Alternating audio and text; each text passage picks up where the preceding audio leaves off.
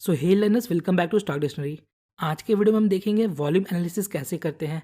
आप लोगों में से बहुत से लोग वॉल्यूम यूज़ करते होंगे अपने प्राइस एक्शन एनालिसिस को कंफर्म करने के लिए, और बहुत से लोग नहीं करते होंगे। बट अगर आप प्राइस एक्शन में वॉल्यूम का यूज़ नहीं करते हो तो मेरी बात मानिए, आप एक बहुत यूज़फुल चीज़ को अवॉइड कर रहे हो। जैसे volume without price action incomplete है, वैसे ही price action without volume incomplete है।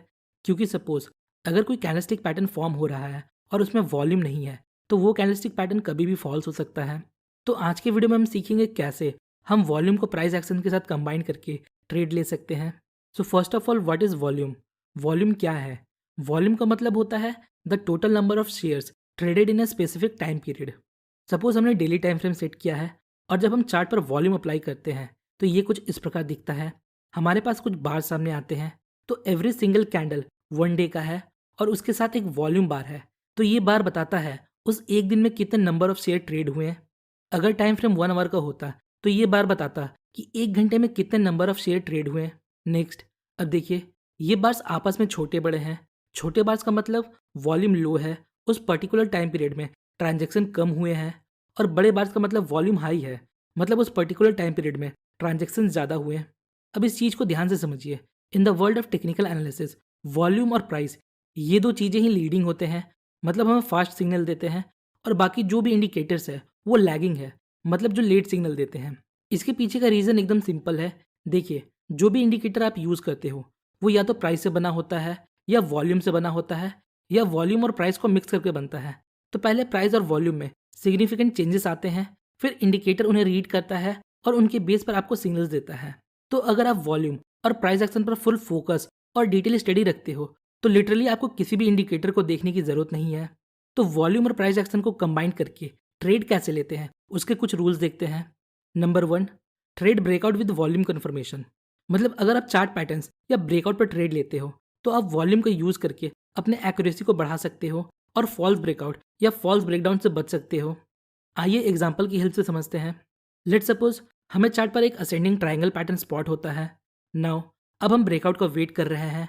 नेक्स्ट, यहाँ एक ग्रीन कैंडल रेजिस्टेंस लेवल को ब्रेक करता है। अब देखिए, जेन्युइन ब्रेकआउट को कैसे आइडेंटिफाई करना है, इस पर मैंने ऑलरेडी डिटेल वीडियो बनाया है, जिसमें से एक टेक्निक है वॉल्यूम। अगर इस ब्रेकआउट कैंडल का वॉल्यूम इस रेंज पीरियड के एवरेज वॉल्यूम से हाई है, so there is a high probability ये ब्रेकआउट जेन्युइन हो सकता है। नेक्स्ट, यहाँ देखिए, ये हमारा रेजिस्टेंस लेवल है। चूंकि प्राइस इस लेवल को हिट करता है और यहाँ से रिवर्स हो जाता है।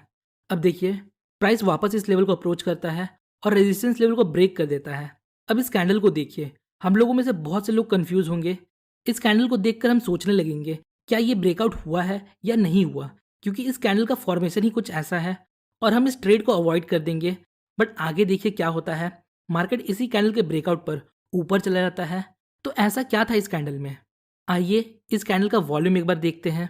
इस कैंडल का वॉल्यूम एवरेज कैंडल के वॉल्यूम से ज़्यादा है।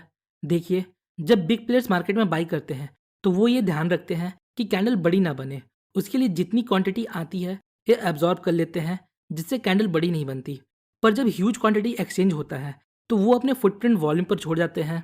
So price can be manipulated but volume can be manipulated. मतलब जो बिग प्लेयर्स है वो प्राइस के साथ छेड़छाड़ कर सकते हैं, बट वो वॉल्यूम के साथ छेड़छाड़ नहीं कर सकते। आइए अब नेक्स्ट पॉइंट को समझते हैं। अगर हमें प्राइस एंड वॉल्यूम में डाइवर्जेंस देखने को मिलता है तो मार्केट में रिवर्सल हो सकता है। इसे हम 4 केसेस की हेल्प से समझेंगे।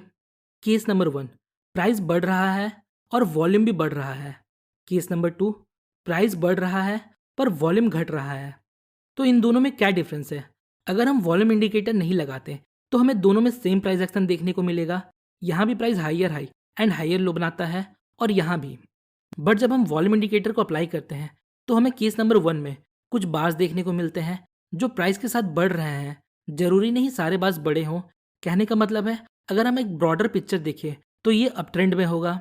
नेक्स्ट, अगर आप वॉल्यूम सेकंड केस में देखते हो तो आपको दिखेगा या तो वॉल्यूम फ्लैट है या डिक्रीज हो रहा है। तो इन दोनों में डिफरेंस क्या है, हमें इससे पता क्या चलता है? देखिए, केस नंबर 1 में प्राइस बढ़ रहा है और वॉल्यूम भी बढ़ रहा है, मतलब लोग हाइयर प्राइस में बाई करने में इंटरेस्टेड है। और जैसे जैसे प्राइस बढ़ रहा है लोग और बाई कर रहे हैं, या हम बोल सकते हैं नंबर ऑफ ट्रांजेक्शन बढ़ रहे हैं। अब देखिए, प्राइस हम जैसे नॉर्मल लोगों के बाई करने से ऊपर नहीं जाता। इसका मतलब यहाँ कोई बिग प्लेयर बाई कर रहा है, तो अगर उन लोगों को हायर प्राइस में भी बाई करने में इंटरेस्ट है तो वो प्राइस को आसानी से नीचे आने नहीं देते। तो इसका मतलब ये एक स्ट्रॉन्ग ट्रेंड है, हम इस ट्रेंड को कंटिन्यू कर सकते हैं। सेकंड केस देखिए, जैसे जैसे प्राइस बढ़ रहा है वैसे वैसे नंबर ऑफ ट्रांजेक्शन कम होते जा रहे हैं। सपोज जब प्राइस 500 का था तो इतने नंबर ऑफ ट्रांजेक्शन हो रहे थे, और जैसे प्राइस 550 होता है नंबर ऑफ ट्रांजेक्शन कम होते जाते हैं। इसका मतलब ज़्यादा लोग यहाँ महंगे में खरीदने में इंटरेस्टेड नहीं है। बट इसका मतलब ये बिल्कुल नहीं कि ये बेरिस है, ये एक वीक ट्रेंड है। तो हम ये समझ सकते हैं यहाँ बिग मनी इन्वॉल्व नहीं है। हमें ऐसे ट्रेंड को अवॉइड करना चाहिए क्योंकि ये ट्रेंड आगे जाकर रिवर्स हो सकता है या साइडवेज हो सकता है। आइए अब केस नंबर 3 और 4 को समझते हैं। केस नंबर 3, प्राइस गिर रहा है बट वॉल्यूम बढ़ रहा है। केस नंबर 4, प्राइस गिर रहा है और वॉल्यूम भी कम हो रहा है। तो दोनों केस में प्राइस लोअर लो बना रहे हैं, बट केस नंबर 3 में वॉल्यूम बढ़ रहा है और केस नंबर 4 में वॉल्यूम घट रहा है। मतलब केस नंबर 3 में जैसे जैसे प्राइस घट रहा है लोग और भी ज़्यादा सेल कर रहे हैं। मतलब जो बिग प्लेयर्स है अभी भी सेल करने में इंटरेस्टेड है। मतलब ये एक स्ट्रॉन्ग डाउन ट्रेंड है। और केस नंबर 4 में वॉल्यूम डिक्रीज हो रहा है या फ्लैट है। मतलब जैसे जैसे प्राइस घट रहा है लोगों का सेलिंग इंटरेस्ट खत्म होते जा रहा है। सपोज जब प्राइस 100 का था तब सेलिंग ज़्यादा हो रहा था, और जब प्राइस 90 हो गया तो सेलिंग कम हुआ। इसका मतलब बिग प्लेयर्स अब इसे और नीचे ले जाना नहीं चाहते। तो यहाँ से प्राइस या तो साइडवेज चला जाएगा या ऊपर चला जाएगा, क्योंकि जो प्लेयर्स मार्केट को गिरा रहे थे अब उनको मार्केट को गिराने में और इंटरेस्ट नहीं है। तो ये ट्रेंड यहाँ से रिवर्स हो जाएगा। तो होपफुली आपको ये चार केस समझ आ गया होगा। आज के वीडियो में इतना ही। सो होपफुली गाइस आपको इस वीडियो से थोड़ी इन्फॉर्मेशन मिली होगी। अगर आपको वीडियो इन्फॉर्मेटिव लगी तो वीडियो को लाइक और चैनल को सब्सक्राइब जरूर करें। मिलते हैं नेक्स्ट वीडियो में, तब तक के लिए best of luck for your stock.